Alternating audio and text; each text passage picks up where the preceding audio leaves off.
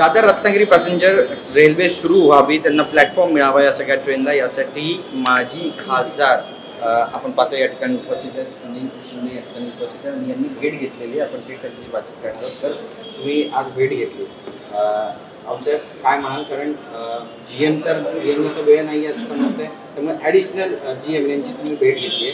काय नेमकं त्यांनी तुम्हाला सांगितलं, तुम्ही त्यांना सांगितलं? बघा, सर्व समस्त कोकणवासियांच्या हितासाठी असलेली पॅसेंजर ट्रेन ही दादरवरून सुटावी ही मागणी संपूर्ण कोकणवासियांची मागच्या अनेक वर्षापासूनची आहे.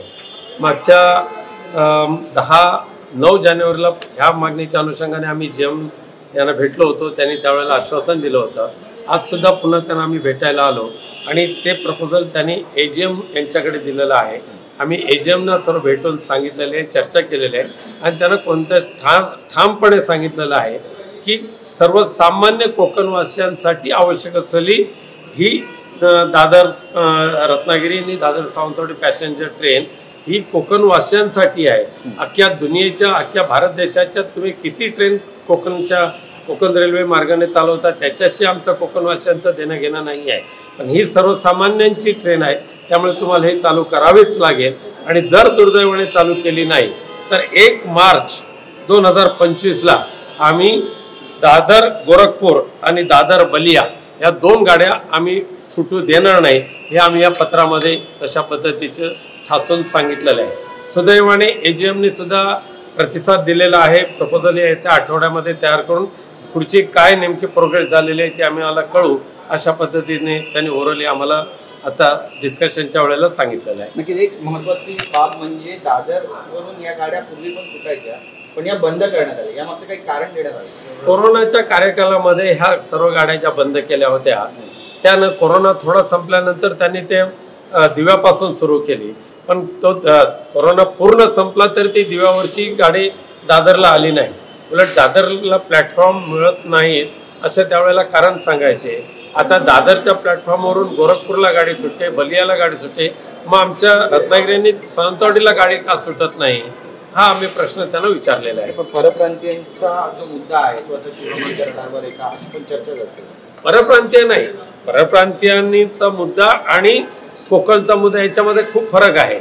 दादर वरून सर्व गाड्या सुटणं हे खऱ्या अर्थाने कोकणवासियांच्या हिताची गोष्ट आहे. आणि म्हणून संपूर्ण उपनगरामध्ये राहणाऱ्या मंडळींना जर गावी जायचं असेल तर दादर किंवा CST किंवा LTD वरूनच गाड्या सुटल्या पाहिजे, तर नितर त्याचा फायदा होऊ शकतो.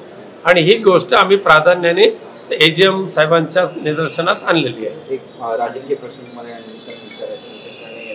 शिक्षण मंत्र्यांना पत्र दिलेलं आहे. 10वी आणि 12वीच्या परीक्षेचे विद्यार्थी त्यांना हिजाब घालून पुढच्या परीक्षेला परवानगी देण्यात येऊ नये, त्याने धोका निर्माण होतो. नेमकं काय त्याने याच्यावर विचार व्यक्त केले माझ्या अजून काय वाचनात आलेले नाही. परंतु कोणत्या ना कोणत्या परिसरामध्ये या महाराष्ट्रामध्ये जाती धर्मामध्ये, जातीमध्ये, धर्मामध्ये हाणामाऱ्या व्हाव्यात, वाद तयार व्हावेत, ह्या उद्देशाने काम करणारी जी एक व्यक्ती आहे त्याचं नाव नितेश राणे, आणि स्वतःला हिंदूंचे कैवारी समजतात. आणि दुसरीकडे मात्र रमजान असेल किंवा इतर सण असेल तर त्यावेळेला मशिदीमध्ये, मदरसामध्ये जाऊन त्यांचा पाहुणचार जोडतात. हे सर्व लोकांच्या नजरेस आलेलं आहे. नक्कीच सुनील शिंदे सर पण आपल्यासोबत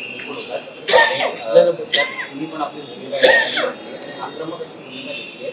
आणि जर 1 आठवड्यामध्ये योग्य ते उत्तर रेल्वे प्रशासनाकडून मिळालं नाही तर थेट रेल्वे बंद करण्याचा पण इशारा दिला. ही वस्तुस्थिती आम्ही स्वतः कोकणवासी आहोत आणि आम्ही एका बाजूला आम्ही ही मागणी करत असताना रेल्वेचं आम्ही कौतुकही केले की चांगली सेवा तुम्ही देताय. मग चांगल्या सेवेचा आम्ही या ठिकाणी स्वीकार केलेला आणि त्याच्यात अजून सुधारणा करून मागत असताना तुम्ही त्याच्याकडे दुर्लक्ष का करता, किंवा कोकण मार्गाने तुम्ही इतर प्रांतातल्या गाड्या घेऊन जात असताना आमची गरज का पूर्ण करत नाही, ही आमची मूळ मागणी आहे. त्यामुळे ही आणि कोकणवासीय यांचा संयम आहे, शिस्त आहे. परंतु संयम आणि शिस्तीने जर कोणी या ठिकाणी परीक्षा घेत असेल तर मात्र त्या ठिकाणी आम्ही या सगळ्या गोष्टी आमच्या मान्यतेच्या बाहेर जातील. त्या दिवशी आम्हाला आमचा काय कोकणवासियाची ताकद ते दाखवून द्यावी लागते. दुर्दैवाने तशी जर यांनी वेळ आणली तर आम्ही ते दाखवून देऊ. परंतु आता प्रशासनानं सांगितले की आमच्या कुठेही या सगळ्या बाबतीतला कुठे अंत पाहू नका, आम्हाला आमची जी सेवा पाहिजे ती द्या. नक्की धन्यवाद आमच्याशी बातचीत केल्याबद्दल. आता रेल्वे ऐकणार आहे का शिवसेना पक्षाच्या या शिष्टमंडळाचं हे पाहणं सुद्धा महत्त्वाचं ठरेल. कॅमेरा पर्सन सिद्धेश नाईकसह गिरीश गायकवाड, TV9 मराठी, मुंबई.